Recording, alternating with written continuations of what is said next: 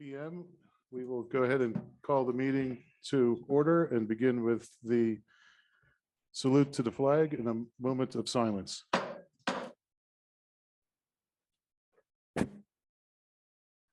Allegiance to the flag of the United States of America, which stands one nation under God, indivisible, with liberty and justice for all.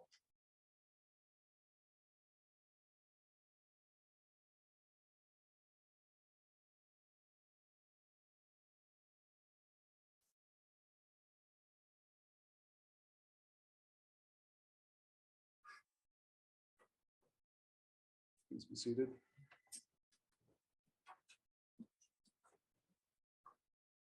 I did. Go ahead with the roll call, please. Mr. Dietrich, Here. Mrs. Donahue, I am here. Mr. Elling, Present. Mr. Johnston, Here. Mr. Knopf, Here. Mr. Koch, Oh, no. Ms. Lynch, Here. Mr. Scholes, Here. and Mrs. Smith. Here. 8 members present. Okay, thank you. As we get started here, I have a few remarks that I'd like to make. It'll take maybe 1 minute. I'd like to say that we appreciate the trust the student has placed with us to take seriously and address her concerns at last week's school board meeting. Concerns such as these, as well as others that might come up, can be brought to whomever the person who is providing the information or report is most comfortable. Concerns can be brought up to the school board, teachers, school administrators. And again, please bring up concerns like these to whoever you feel the most comfortable. And once again, as a school board, we appreciate the trust that has been placed in us, and we are digging into the concerns to address those. And along those lines, we had an executive meeting earlier this evening on this subject. We will hold a special safety and security committee meeting before the end of this month. It is scheduled for February 28th. All school board members are invited to attend this meeting for their awareness. These first 2 meetings are being held as closed meetings because we are obligated not to disclose private information that pertains to the children who attend our schools, and because some of the conversations will likely include details from law enforcement personnel that could be confidential. We will, as soon as possible, share our plans to go forward with the public in regard to these safety concerns. And we will also, as necessary and as appropriate, and there definitely will be public meetings and forums on this topic as well, because not all of the discussions and conversations are of a confidential nature. Moving forward with the tonight's agenda, we have a presentation, a budget update. Jenny?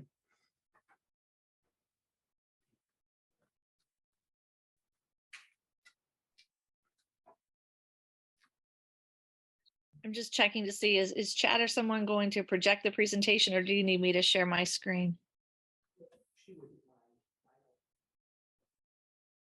Go ahead, Jackie, and share it on your screen. Okay. Thanks. Are you seeing it? Yes. Yes. All right. Thank you. And thank you for allowing me to participate remotely this evening. I just want to say that Joni and I were able to work on this presentation, the data and figures, in conjunction with Jeff Wall, who helped us get some of the figures. And this presentation should look pretty similar to presentations you've seen in the past regarding budget updates. And I'll review the very first slide, which was the timeline for budget milestones. Again, this is not any different than what you saw before. It's just a reminder for you. Of course, last month, the board passed a resolution not to increase beyond the Act 1 index. And moving forward, we're preparing for you a preview of the general fund budget for March. And then, of course, you're obligated by law to adopt a proposed balanced final budget in May and the final budget in June. And then Joni's going to take the rest of the slides. Okay.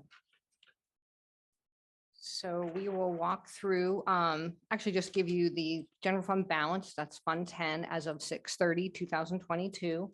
You see there's 4 key areas where the fund balance is allocated. I believe there was a question in the past with Jeff Wall regarding what the definition of the non-spendable allocation was, the 218,000. That's actually the inventory that sits in the warehouse, the custodial, the office supplies.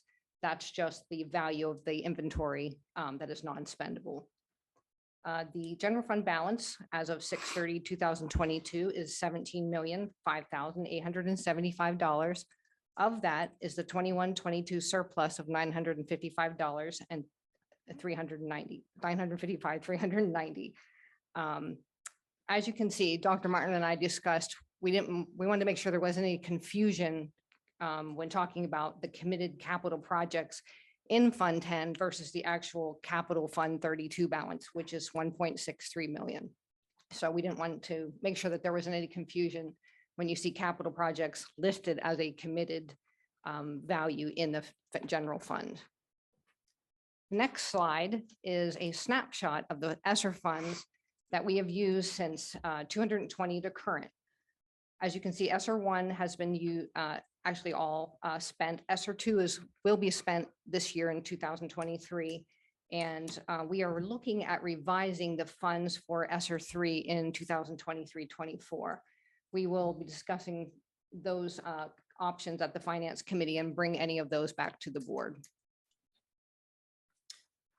The next slide, which is the next 4 slides actually will show you the impact of what a no tax increase would be: 50%, 75%, and 100%. And this would only involve the tax increase in years 23 and 24 next year. So the assumptions would be, again, the tax increases, all figures are approximate and they do not represent any decreases in expenditures for any years. It also is the assumption of the payroll increase per the collective bargaining agreements. It assumes a 7% increase in your PSER or in your healthcare, and your PSERS rates are listed below. This is also starting with the reserve balance of that $17 million. So this picture is if we do nothing for 23-24. We do not change any expenditures. We do not raise taxes. So as you can see in 23-24, we would actually have a shortfall using all of the ESSER funds. We would still have that shortfall of 601,000. So if you go to the next slide, it shows what it would look like in 23-24 with a 50% tax increase. Now you see we would end 23-24 with $36,000. And that's again with that 50% tax increase, which would be about $640,000. You can see the out years, not as great impact in the out years, but yet still some pretty big red numbers in the out years. The next slide will show what a 75% tax increase would look like. That would yield about $990,000 and a surplus in 23-24 of about $384,000. Again, the out years don't look as scary, but again, taking into consideration again that tax increase is only for 23-24 and the impact it would have in the out years. The last slide is taking the tax increase at 100%, which would yield about 1.3 million. For 23-24, that would give you a surplus of about 733,000. And again, you can see the out years and the impact it would have. What I do want you to understand that in all of these scenarios, even if we took it to the max, which is $1.3 million, in all of these scenarios, the expenditures increase about $3 million. So even if you would take it at 100%, we would have to make some decisions along the way regarding the expenditures and regarding not only a tax year this year, but maybe the impact it would have years down the road. And then the last slide is taking the calculations, what calculations we need to take under consideration. We did meet with the department heads. We're just finished up with those. So we'll have a revised actually budget for you in March. And again, some of the expenditures would be the healthcare rates, the collective bargaining units, the capital fund, the reserve for expenditures, the revenue. We do, obviously have to see that as of 23-24, we will not receive any more ESSER funding. We have to consider the state and federal subsidies, the local tax collection rate. We do want to look at investment opportunities. And again, these types of calculations will be discussed in the finance committee, and we can bring those options and back to the board.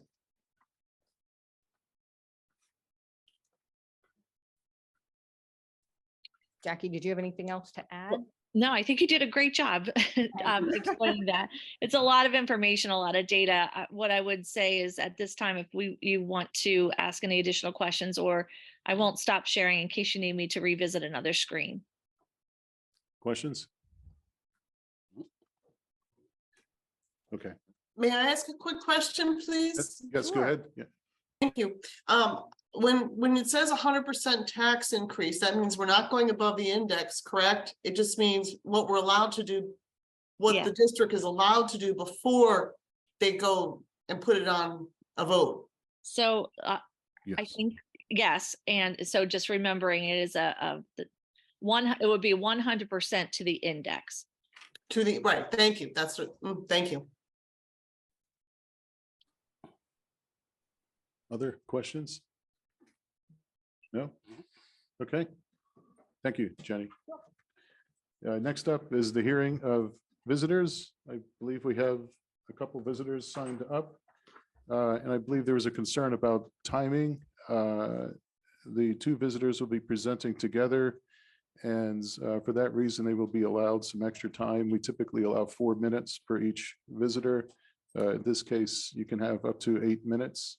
If you'd like to come forward and sit at the microphone, please.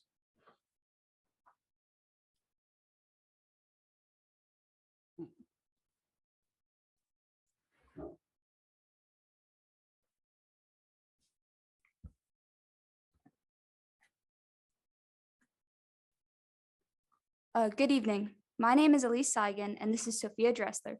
We are both juniors at Central Mountain High School. We are both National Honor Society members and Rotary Interact Club officers. We have come here today to express our concerns regarding the school schedule.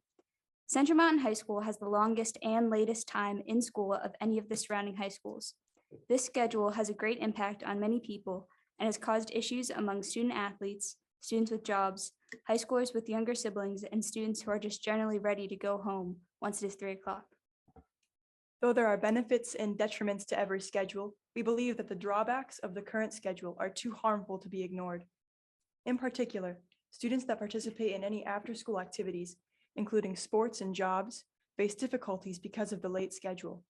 Compared to normal students, student athletes arrive home much later, especially in the winter.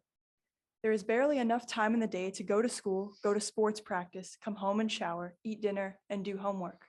There is no time for anything else. In the winter, even if a few minutes can be spared for ourselves, it is so dark outside that all we can do are inside activities. Many students will get off their buses around 4:30 when it is nearly dark outside.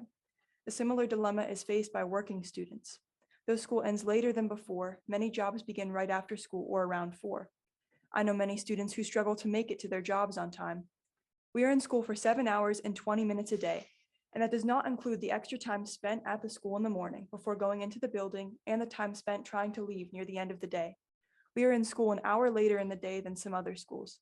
We understand that scheduling is an immensely challenging task, but students should not have to deal with the problems they currently face. The current schedule has created many unforeseen problems for all students and especially for those with younger siblings. Because the elementary schools in this district are released so much earlier than the high school, students are unable to pick up their siblings from school and children are left at home for a long period of time. I remember when I was in elementary school and my brothers were at high school, I would get home at 3 o'clock and they wouldn't get home until 4:30. I'd be alone at my house for over an hour every single day. Allowing the high school to dismiss earlier than the elementary schools would also alleviate the pressure and crowding on buses and daycare because more students could get a ride from their family. It simply doesn't make sense from my perspective that high schoolers should spend more time in school and be in school later than younger students. The last issue with the schedule and a source of possible solutions is the win time at the end of the day.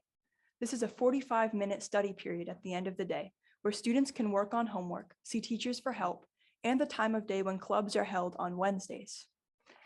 Even with all of the theoretical benefits, in practice, a large majority of students spend their time on their phones or talking to their friends. My win is located in the gym, and from personal experience, it is almost impossible to get work done. Firstly, students are usually talking around me, but more importantly, I'm not even in a classroom. There is no desk for me to set my papers down on to work. In other win periods, the students have desks, but it is often too noisy to work. This is not the fault of the teachers. Students are so mentally tired at this point that they are not going to work no matter what the environment is like, and the time actually becomes counterproductive because many students will work more effectively at home. Even so, many students might not have an environment at home where they can work, or they might need help from their teachers. To meet both of these needs more effectively, if win period becomes optional, or at least the last 20 minutes, then the students that want to work will be able to without the distractions of antsy students. Teachers will be more available to help students that need it, and those that want to go home will be able to. We believe that this is one potential option for adjusting the schedule that will have positive impacts for everyone. Another possible solution could be to rearrange the schedule so that we waste less time in school. With block scheduling, it'd be easy to shave 5 to 10 minutes off of each block because most teachers find it difficult to fill an hour and a half, and most students find it difficult to sit for that long. Generally, block scheduling has served its purpose, and I enjoyed its advantages. But we should also take advantage of the fact that it allows for less time in school by simply shortening the blocks. There are also benefits to starting school at an earlier time if it allows us to finish at an earlier time because of the value of having more useful time after school. There are many schools in our area that have figured this out. DuBois, Loyalsock, Williamsport, and South Williamsport all get out of school before 2:45. And the only other school near us that releases as late as 3:40 is State College, and they start school at 8:40, which is 20 minutes later than us. We hope that you found this information enlightening and the suggestions we made promising. We believe that being advocates for ourselves as students and making you, the board members, aware of the ways in which decisions you make affect students in their everyday lives will help us work together to create a school environment that functions as optimally as it can for everyone involved. Shortening the school schedule or making any of the changes above might seem small, but this could be one step of a larger school transforming process. When students, teachers, principals, board members, parents, and everyone else involved in the schooling process cooperate, we have the chance to create a school that we are proud of, a school that positively reflects our community and that impacts it positively, a school that prepares students for college and their lives beyond. We hope that you will help us begin this process. Thank you for your time. Thank you. Cool, thank you.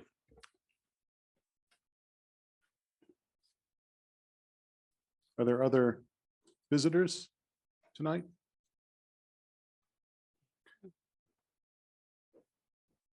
I just want to say that was a very good speech.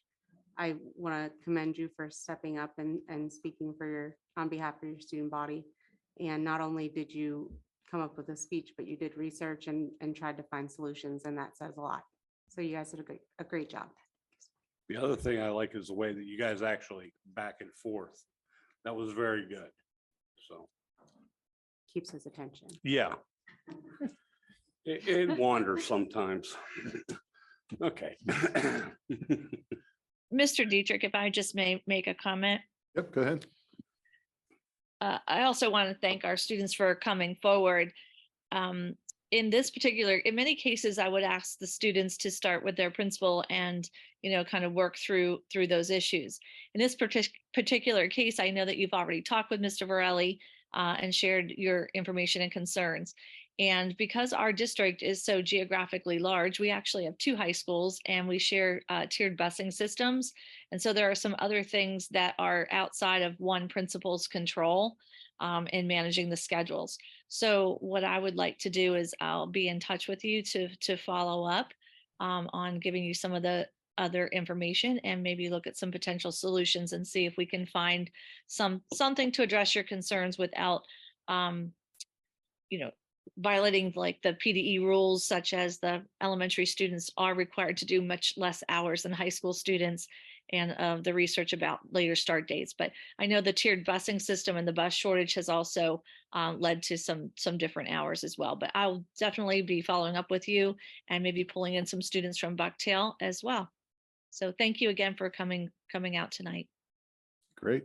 Sounds like you've already sparked some interest and some actions. Yeah, good. Thank you again.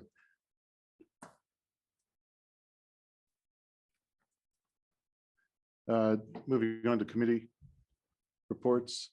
Superintendent report? Wait, oh, yes, sorry. Item D, superintendent report. Jackie. Thank you. Just switching screens here.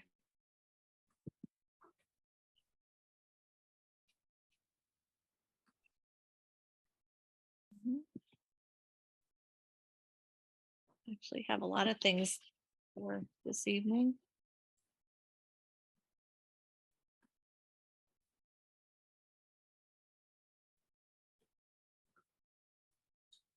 Give me 1 second, it is coming up here. I'm getting the spinny wheel.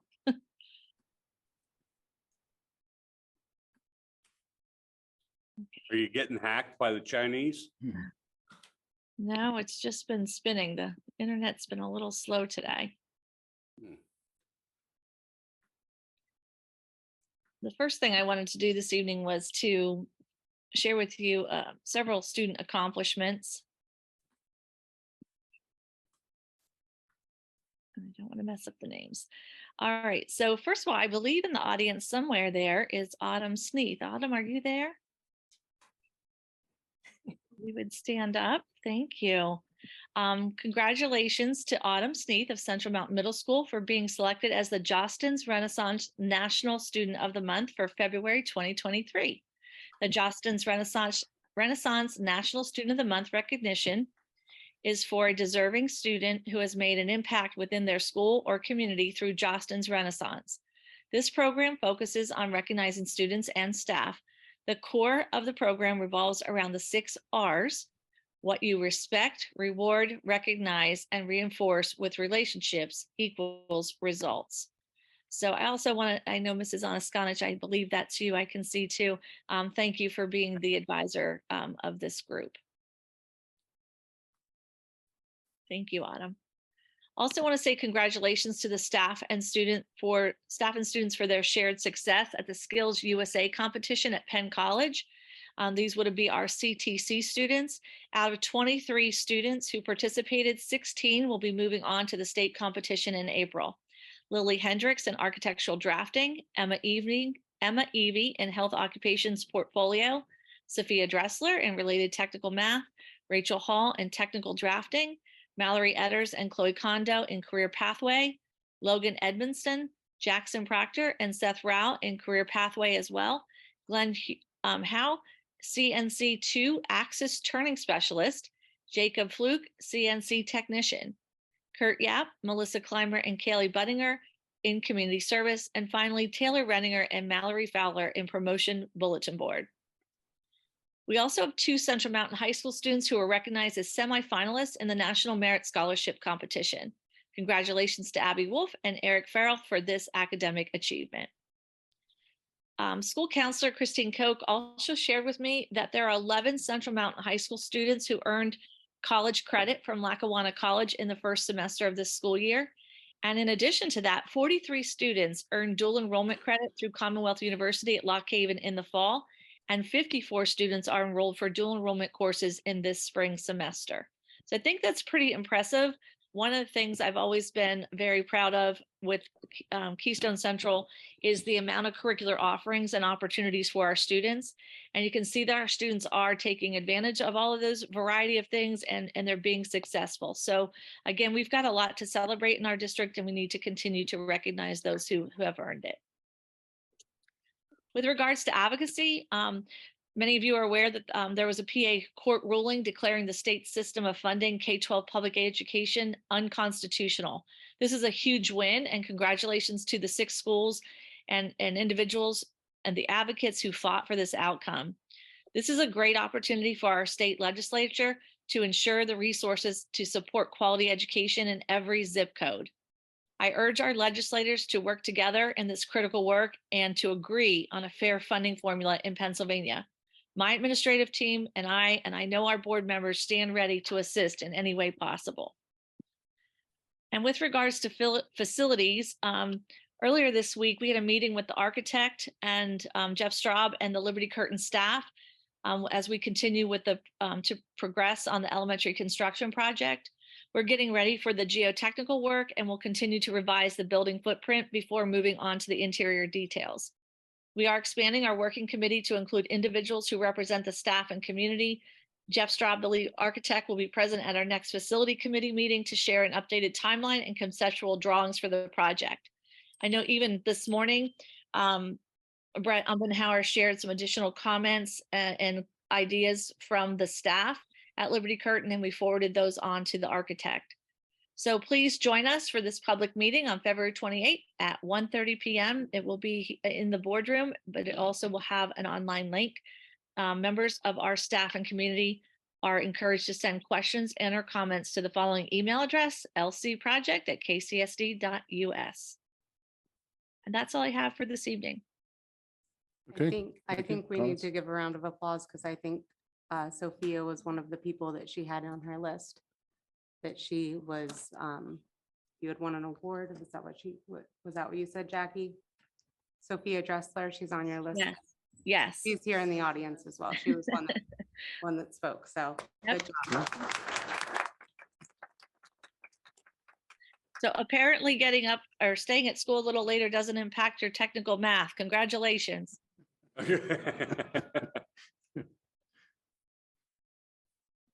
Okay, let's see. Next up is the committee reports, policy and personnel / negotiations. Wayne has. Is Wayne, are you online, Wayne? I don't think Here. Wayne's. Yeah. Yes, I Oh, finally, there he is. There he is. An update on the policy committee? policy committee met this yesterday. A lot of policies we tabled for more work on them. Mostly in the 0 category. You also notice that there are 6 policies on the agenda tonight on second read, waiting to be passed and become part of our list of policies. I want to thank my fellow members on the policy committee for the good work they're doing and making me look good. I appreciate it. Thank you. Okay, Tracy, personnel. The Personnel Committee has met, and negotiations are ongoing and getting close. So we're doing well. Thank you. The next items, treasurer's reports, finance reports, enrollment reports. Any, Mr. President, I'd actually like to make a motion to move the entire agenda except for those items specifically pulled. okay, I'd like to have. I'll second it. Oh, Thank you, sorry. Jeff. I'm sorry, You're good. I jumped ahead. okay, so we have a second and Okay, I'll- okay, go ahead, Butch. Go ahead, Butch. You had something? Yeah, I'd just like to have. What is it? Which one was it? The M1. M1? M1, yep. And I would like to pull K3. K3. Okay. And F4. F4. That was mine. Thank you. Okay. So I'd like to continue that motion that we move the entire agenda except for F4, K3, and M1. we have a second. I second. Okay, I second it, I guess. I've already done it, but I'll do it again. All right, Okay. vote please. Mr. Dietrich, Yes, Mrs. Donahue, Yes. Mr. Elling, Yes. Mr. Johnston, Yes, Mr. Knopf, Yes, Mr. Coke, yes, Ms. Lynch, Yes, Mr. Scholes, yes. and Mrs. Smith. Yes. 9 yes votes, motion passes. okay. Okay, I'd like to make a motion to pass F4, the proposal for food trucks at KCSD activities. So if I could just speak to that, that is only in information and discussion. It was not meant to be moved. And it was new from last week. I didn't, Roger beat me to it. Sorry. That's okay, but it's not up for vote. It was just an added additional information item, which is why it's under the F section. thank you so much, Dr. Martin. It's, we don't vote on that. Thank you. We can revisit that. I have information for you. Okay, Okay, that's fine. all right, so then I rescind my motion. All right, so then I'd like to make a motion to move K3 on personnel, the organizational chart. I'll second. I just, yeah, I just have a quick question. Just for clarification, when would this become effective? Anybody? I think probably the logical time would be to do it at the conclusion of the fiscal year, which would be June 30th or July 1, however you want to. July 1. Okay. I would guess you would want to start at July 1. That would be my suggestion, Okay. I just wanted to be sure before we vote. unless anyone has an objection to that. No, Well, that was actually, thank you. That was my question too. Thank you very much, Tracy, is if we approve it, to put, as Tracy highlighted, an effective date. So it's clear that it doesn't just happen tonight, unless that's the way the board and administration wants it to go. So a clarification on that would be very helpful. So if I could just add, the one position that is in the org chart, the board approved the job description and also approved the hire of the person, and that would be in the personnel secretary for HR. Mhm.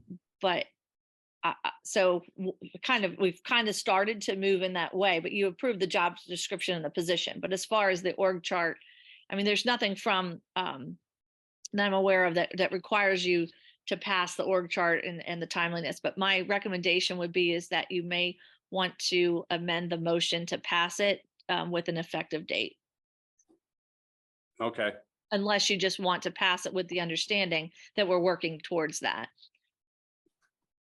Yeah, I think I was under the understanding that we were just passing the actual organization chart, but I just wanted clarification on administration's intent to start it.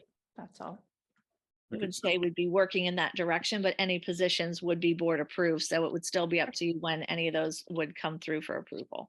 But that's the one position was already on the agenda. Perfect. So, Dr. Martin, what do you want us to do? Because I think we want to do what's best for your group. So can you tell, I mean, I think it's a work in once we've agreed on the organization, then it allows the administration to work towards filling those positions or restructuring into that organization.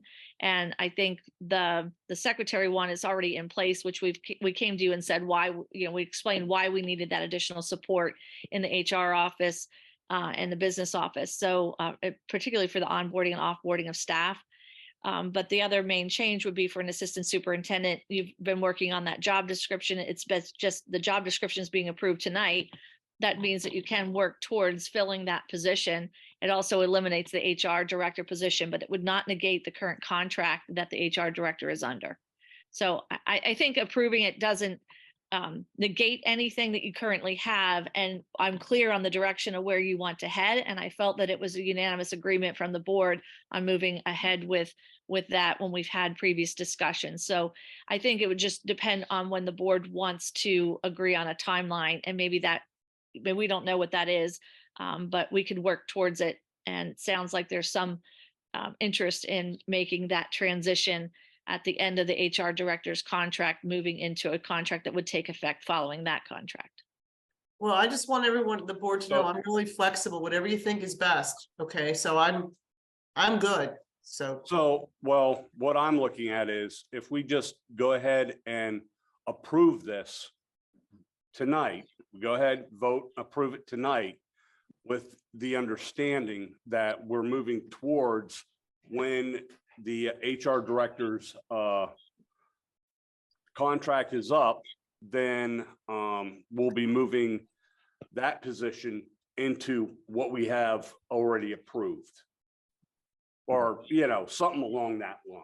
I'm not saying that we're gonna put him there, but Okay, so the effective date, I think I'm hearing would be tonight. tonight, yes. All right, I'm okay with that.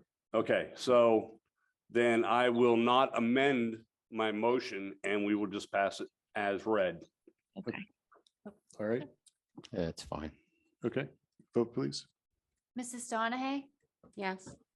Mr. Elling, Yes. Mr. Johnston, Yes. Mr. Knopf, Yes. Mr. Coke, Yes. Ms. Lynch, yes, Mr. Scholes, Yes. Mrs. Smith, Yes. and Mr. Dietrich. Yes, 9 yes votes, motion passes. Okay, Mr. President, I'd like to make a motion to move M1, the out-of-state field trip request to Wildwood, New Jersey for the indoor groups. okay, do we have a second? I'll second that. Thank you. Vote please. I have a question. Oh, okay, go ahead. Butch. I just want to make a statement more than a question, but I'm going to vote opposed to this because I've stated numerous times in the past, I don't Mhm. believe we should have that younger students with the high school students going on overnight field trips. I know I hear how many chaperones are going to be and how safe and secure it is. I'm just not in favor of it. I'd much rather see us have 2 organizations if we could afford it. One for the younger students, I guess it's what, 4th, 5th, and 6th grade at the middle school, and one maybe for the high school students. But that's my reason for voting against. I think we need to have 2 organizations, not just one. Understand. Mr. Elling, Okay. Yes. Mr. Johnston, Yes. Mr. Knopf, No. Mr. Coke, Yes. Ms. Lynch, yes, Mr. Scholes, Yes. Mrs. Smith, Yes. Mr. Dietrich, Yes, and Mrs. Donahue. Yes. 8 yes votes, motion passes. I think we have one- All right. Well, then it's my favorite time of the night. well, Well, no, not I think quite. we have, I think Not we quite. have one more to vote on, right? And then we have to No. come back to. No, that was it. That That was it. We just need to discuss F4. Discuss it. Oh. So we'll come back to. Okay, all right. Come back to item. Yeah, I'm F4. curious. I'm curious about F4. So on Monday, Joni McIntyre brought to cabinet level an item for discussion that was brought to her through the athletic department from some booster clubs. I'm not even sure exactly which booster clubs brought it forward. But the way it was explained to me was that the question was, when we have, could we permit food trucks to be present at after-school events or on district property for school events? Primarily, I think it came with the idea of at Central Mountain Middle School, for example, if there was a track meet, there's no concession stand that's been open down there for several years. Booster clubs wanted to have the opportunity to hire a food truck, whereas the booster club would get a percentage of the profit. And so I think there's a lot more to the story, a lot more, potential uses of food trucks. But in our cabinet meeting, we felt that it was worth some exploration with our school solicitor, and that if a food truck was going to be brought onto any of our school properties, that it would be worth having a food truck agreement in place for any legal liability and for clarity. Also, if food trucks would need water or electricity, what would be involved with that versus somebody who would self-contained food truck. So we want to have some further discussions with that. And based on what the solicitor says and what your direction would be as a board, is this something you want us to explore and then potentially bring back a possibility a recommendation to, of, food truck agreements or not.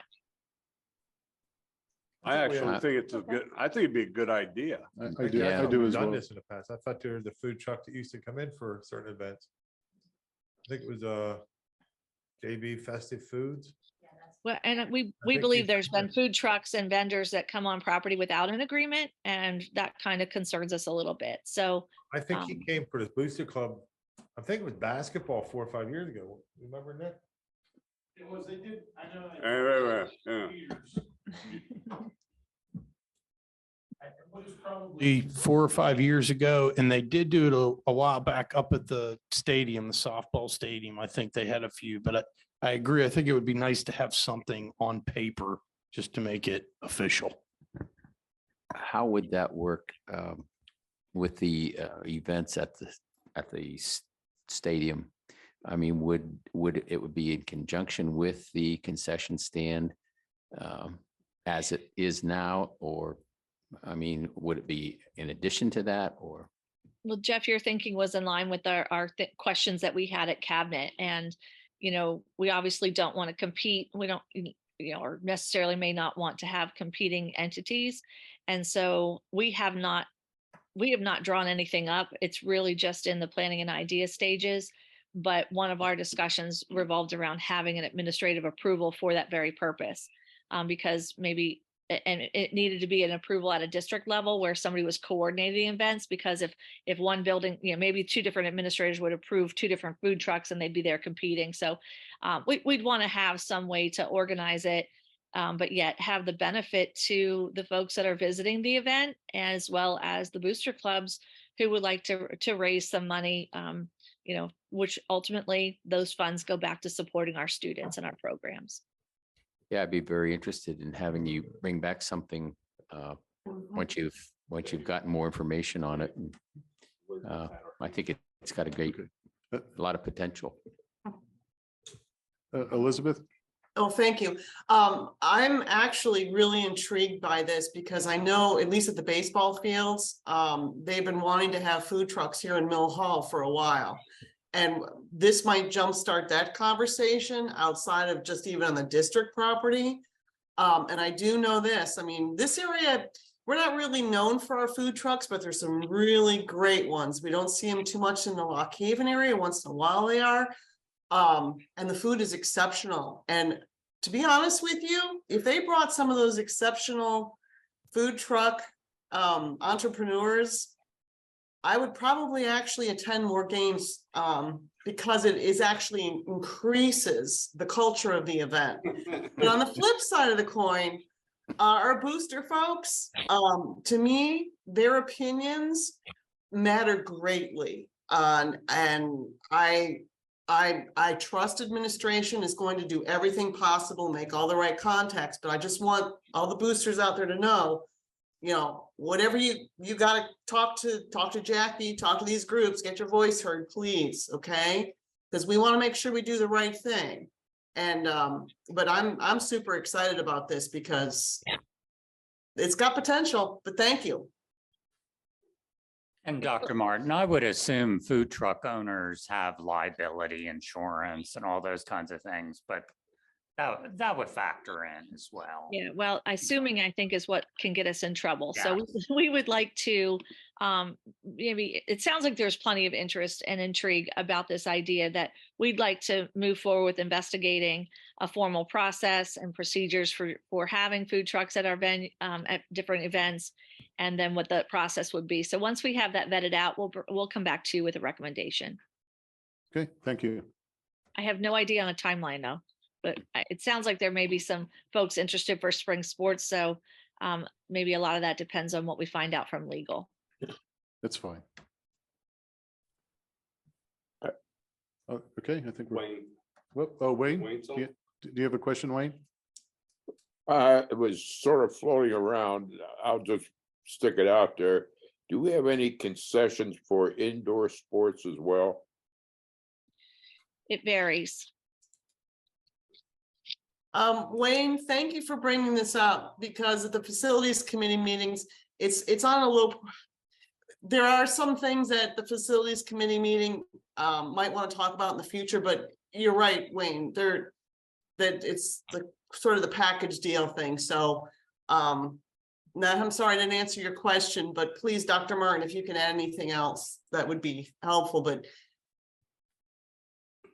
Well, there are concessions at various events. I'm not even clear on exactly what events and what time and who runs them. I know it's different with booster clubs and different activities, but there are options, but they're different at every event.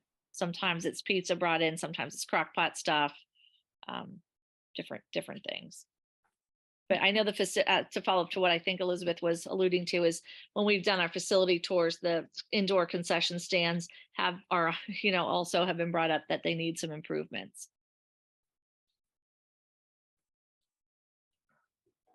Other comment I'll make, I know Bucktail has the best food. It's a given. Other questions on that topic? Well, just to kind of follow up on that, I don't disagree with Butch. However, I would say that it's run differently between the two high schools. And so at Bucktail, the booster clubs are fully responsible for the concession stand. And at Central Mountain, at the stadium, the high school stadium, our food services department orders the food, does the work, asks for volunteers, and then they get some donations back to the club. So it's very different between the two high schools. I'm not sure why it's different, but I think all of these procedures and things, it's all something we can look into at once. Okay. Good. All right, good discussion. Go for it. All right. Well, then I'm going to make the motion to adjourn. I'll second it. Okay. I did that really Meeting fast, Jeff. adjourned at 7:37 PM. You got me tonight. I did. He's just not used There's to no being- lag in the internet. It's like gone. That's right. Oh.